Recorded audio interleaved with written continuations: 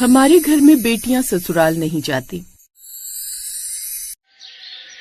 गौरी अपने पिता के लिए रोटी बना रही थी। अचानक चूल्हे की लकड़ी से उसका हाथ जल गया और वो चिल्ला पड़ी। पिता रामलाल दौड़ा दौड़ा आता है। बेटी का जला हुआ हाथ देखकर घबरा जाते हैं।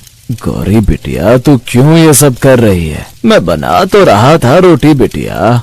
बापू, मैंने सोचा तुम रोजाना खुद से रोटी बनाकर खा रहे हो, इसलिए अपने हाथों से तुम्हारे लिए रोटी बना रही थी। बापू, तुम रोजाना माँ के हाथों की रोटी खाते थे। गरम गरम रोटी बनाती थी ना माँ, तुम कितने शौक से 4 रोटी खा जाते थे बापू। पर जब से खुद से रोटी बनाने लगे हो, तुम 1 रोटी भी नहीं खाते हो। मैंने सोचा आज मैं रोटी बनाऊंगी तो तुम अपनी बेटी के हाथों की भी 4 रोटी खा जाओगे। बापू, इसी वजह से मैं रोटी बनाने लगी। अपनी बेटी गौरी की मासूम बातें सुनकर रामलाल की आंखों से आंसू बह गए। मेरी बेटी कितनी सयानी हो गई है, कितनी समझदारी वाली बातें करने लगी है। पर बेटिया, अभी तो छोटी है, ये सब काम मैं कर लूंगा, तू बस अपनी पढ़ाई पर ध्यान दे।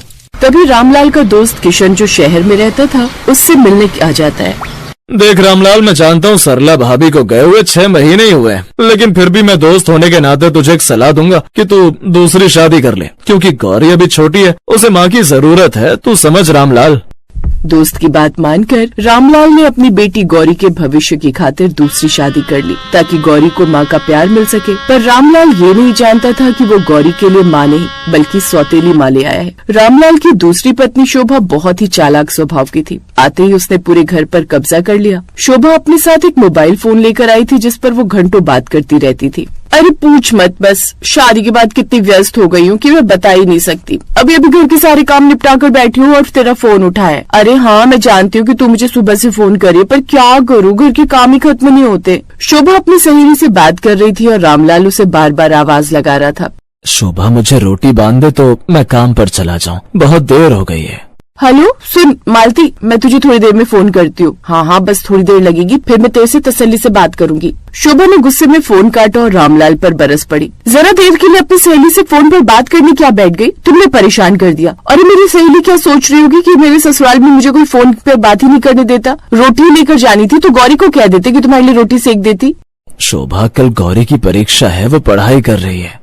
सारी मुसीबत की जड़ गौरी की पढ़ाई है। गौरी कल कोई परीक्षा नहीं देगी। मैं कोई नौकरानी नहीं हूँ जो घर के सारे काम करूँ और वो महारानी बनकर अपनी पढ़ाई करे। शोभा गुस्से में गौरी के पास गई और उसने उसकी किताबों को छीनकर फेंक दिया। गौरी रोने लगी, पर शोभा की आंखों में गुस्से के अंगार भड़क रहे थे। कान खोलकर सुन लो, अगर गौरी ने पढ़ाई की तो मैं पुलिस में झूठी रिपोर्ट लिखवा दूंगी कि मेरा पति मुझे मारता है और बेटी भी साथ में मिली हुई है। मुझ पर अत्याचार होते हैं, फिर तुम दोनों बाप बेटी सारी उम्र जेल में रहोगे। फिर देखते हो तुम्हारी बेटी पढ़ाई कैसे कर पाती है। चाहते हो मैं ऐसा कदम उठाऊं? इसीलिए चुप रहो, तुम्हारी भलाई इसी में है। तू भी सुन ले, आज के बाद घर के सारे काम तू करेगी, मैं एक भी काम को हाथ नहीं लगाऊंगी। रामलाल कुछ नहीं कर पाया। घर के सारे कामों की जिम्मेदारी गौरी पर आ गई। इसी बीच शोभा माँ बनी और उसने बेटी को जन्म दिया। अब शोभा अपनी बेटी कोमल की परवरिश में लग गई और इधर गौरी पर घर की सारी जिम्मेदारी आ गई। दिन भर गौरी घर के काम करती और रात को चोरी छिपे अपनी पढ़ाई करती। रामलाल मजबूर था, कुछ नहीं कर सका। समय बीता और गौरी बड़ी हो गई।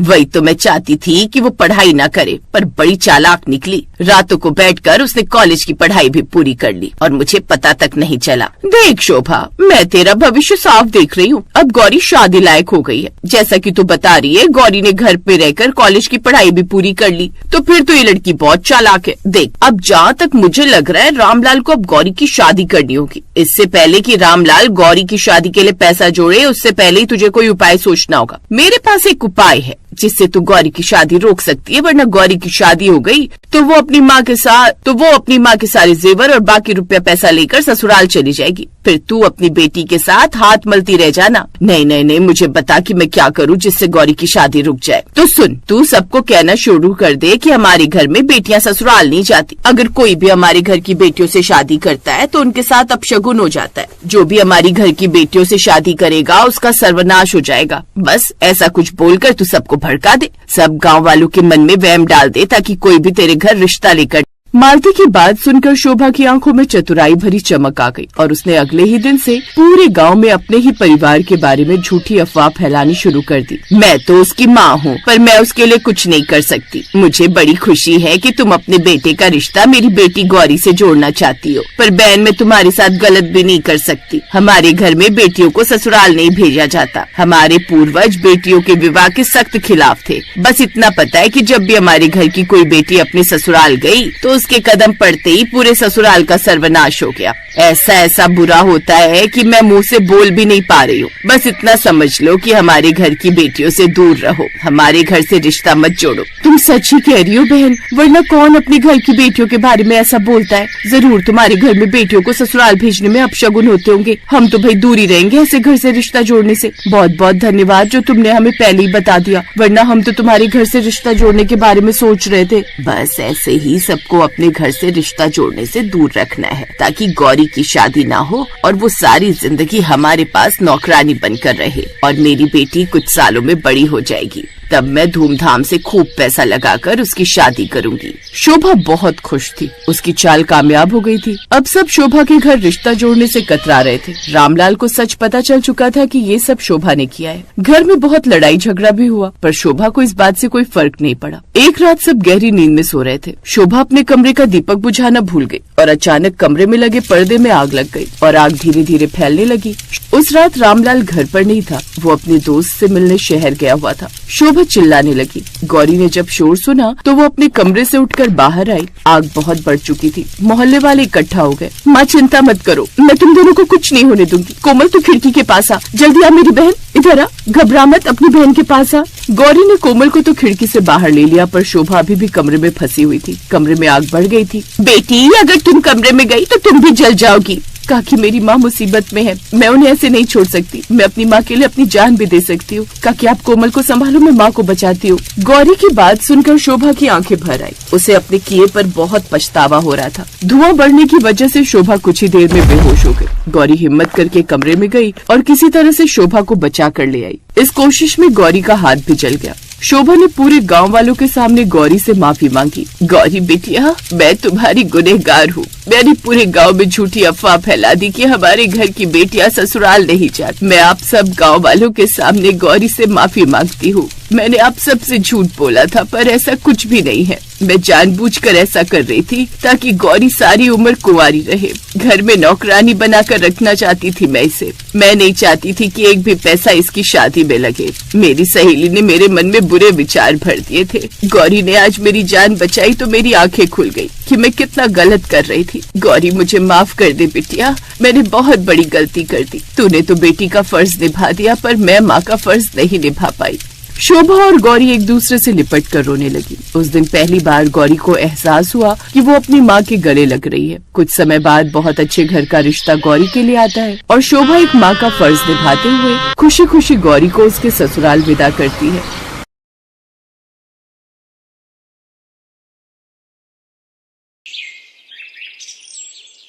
धौलपुर गांव अपनी पुरानी परंपराओं और रीति रिवाजों के लिए जाना जाता था। आज भी पुरानी पीढ़ियों से चली आ रही परंपराओं को वहां के लोग मानते थे।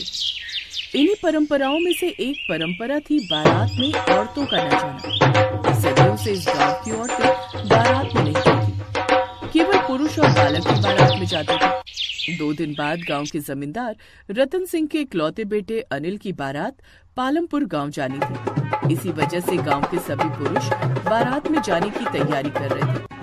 हवेली में बहुत चहल पहल थी। अनिल की मौसी की बेटी शीतल जो शहर में पढ़ती थी, वो भी इस शादी का हिस्सा बनने के लिए पहली बार धौलपुर गांव आई थी। मौसी, आप बारात में क्या पहन रहे हो? मैंने तो शहर से अपने लिए ये लहंगा चोली खरीद लिया था। देखना ये कैसा लगेगा बारात में। रजनी, तूने शीतल को बताया नहीं क्या? वो जीजी, मैंने सोचा शीतल आ जाएगी तो उसे अपने आप ही समझा दूंगी, इसलिए फोन पर बताया नहीं था। क्या नहीं बताया था माँ? मौसी क्या कह रही हैं? वो शीतल, तभी घर के पुरुष आ जाते हैं। अनिल की माँ, मेरे बारात के 2 जोड़ी कपड़े बैग में डाल दियो, क्या पता बारात को लौटने में 2 दिन लग जाए। साधु साहब, सुना है बीच में जंगल पड़ेगा, हमें बारात को बहुत ध्यान से ले जाना होगा, पूरी सावधानी के साथ। हाँ, तो हमें चिंता किस बात की है? हमारे साथ बारात में औरतें तो है नहीं, हम पुरुष ही तो होंगे बारात में, तो किस बात का डर? औरतें साथ होती हैं तो डरने वाली बात होती है। औरतें बारात में तो जा नहीं रही हैं। मौसा जी, बारात में औरतें नहीं जाएंगी तो हम लोग क्या करेंगे? यहाँ पर नाच गाना करना, पीछे से शादी की खुशी में गीत गाना। मैंने तो ऐसा पहली बार सुना है कि बारात में औरतें नहीं जाएंगी, पर क्यों?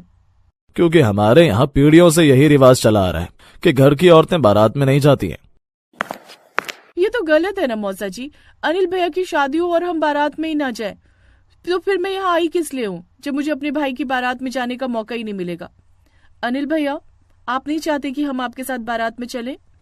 मैं इसमें कुछ नहीं बोल सकता शीतल। शुरू से ही मैंने भी यही रीति रिवाज देखा है। बारात में गांव में किसी भी घर की औरतें नहीं जाती हैं, पुरुष जाते हैं और शादी करके बारात लौट आती है। अब मैं क्या बोलूं, ये तो पुराने रीति रिवाज हैं। पुरानी परंपराओं को हम भी नहीं तोड़ सकते। तोड़ना भी नहीं है। औरतों को घर में ही रहना चाहिए। शादी समारोह में केवल पुरुष ही जाते हैं। औरतें घर की चार दीवारी में ही अच्छी लगती हैं। घर की इज्जत घर में ही रहनी चाहिए। चलो तुम औरतें बारात को भेजने की तैयारी करो, हम जरा बाहर के काम देखते हैं। सारे पुरुष अपनी बात कहकर चले गए। शीतल का मन इन पुरानी रूढ़िवादी परंपराओं को अपनाना नहीं चाहता था। उसने अपनी मौसी के साथ साथ वहां बैठी रिश्तेदारी की सभी औरतों के चेहरे को देखा। ऐसा लग रहा था कि उनके चेहरे पर जबरदस्ती की मुस्कान है जो बिल्कुल नकली है। शीतल जानती थी कि घर की औरतें भी बारात में जाना चाहती हैं। कौन मां नहीं चाहेगी कि वो अपने बेटे की बारात में जाए और खुशी में खूब नाचे गाए, खूब धूम मचाए। पर धौलपुर गांव की औरतें घर में रह गई। उनकी इच्छाएं मन में ही दबी हुई थी। शीतल ने मन ही मन ठान लिया था कि वो इस पुरानी परंपरा को बदल कर रहेगी। इसलिए बारात जब निकल गई तब शीतल ने अपनी मौसी को समझाया और हिम्मत दी। मौसी, हमारे पास ये बहुत अच्छा मौका है कि हम इन पुरानी परंपराओं को बदल दें। इसलिए बारात तो अब निकल चुकी है। हम बारात के पीछे पीछे जाएंगे और जब हम लड़की वालों के घर पहुंच जाएंगे तो वहां पर किसी के सामने कोई कुछ नहीं कहेगा। ज्यादा से ज्यादा क्या होगा, थोड़ी बहुत डांट ही पड़ेगी ना। नहीं नहीं शीतल, ये गलत होगा। मुझे तो घबराहट हो रही है। हम नहीं जा रहे, रहने दो। क्या आपका मन नहीं है कि आप अपने इकलौते बेटे की बारात में शामिल हो सकता है अनिल भैया आपको देखकर बहुत खुश हो जाएं और मन ही मन क्या पता वो भी यही चाहते हो और बोल ना पाते हो। अगर आज हमने इस परंपरा को तोड़ दिया तो इस गांव में हर औरत को अपने बेटे की बारात में जाने की अनुमति मिल जाएगी। उनके चेहरे भी खुशियों से भर जाएंगे। मान जाओ मौसी जी, मुझे कार चलानी आती है। मैं आप सबको लेकर चलूंगी। देर मत करो, हम सब तैयार हैं, बस कार में बैठना है। जी जी चलो ना, शीतल सही कह रही है। मैं चलूंगी तुम्हारे साथ। परिणाम बाद में जो होगा देखा जाएगा। मैं अपने बेटे की बारात में जरूर पहुंचूंगी। हाँ, मैं जाऊंगी अपने बेटे की बारात में। शीतल ने देखा सब औरतों के चेहरे पर खुशी थी। शीतल ने अपनी माँ, मौसी और बाकी कुछ खास रिश्तेदारी की औरतों को कार में बिठाया। ये देखकर बाकी सारे गांव की औरतों के चेहरे खुशी से भर गए। शीतल बिटिया, आज तुम्हारे कारण हमें पुरानी परंपराओं से मुक्ति मिलेगी। हम सब तुम्हारे साथ हैं। खुशी खुशी जाओ और खुशी खुशी लौटो। और फिर शीतल ने बारात का पीछा किया। रास्ते में घना जंगल पड़ा। शीतल की कार बारात के थोड़ा पीछे चल गई। अचानक बारात पर भालू की बारिश होने लगी। कुछ आदिवासियों ने बारात को बंदी बना लिया। हमें बंदी क्यों बनाया है? हमें जाने दो। हमारे बेटे की आज शादी है, हमें छोड़ दो। नहीं, हम तुम्हें नहीं छोड़ेंगे। आज हम तुम सबकी बलि देंगे। ये सब क्या बोल रहे हैं पापा? लगता है आज हम नहीं बच पाएंगे। इन लोगों की नीयत ठीक नहीं है। पता नहीं है हमारे साथ क्या करने वाले हैं। क्या करेंगे? मानव बलि देंगे।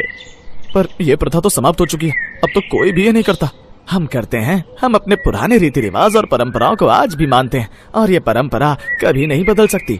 हमें बारात को बंदी बनाकर उनकी बलि देनी होती है। हमारी पीढ़ियों से यही चला रहा है। हे भगवान, कोई तो रास्ता होगा जिससे हम बच सकते हो।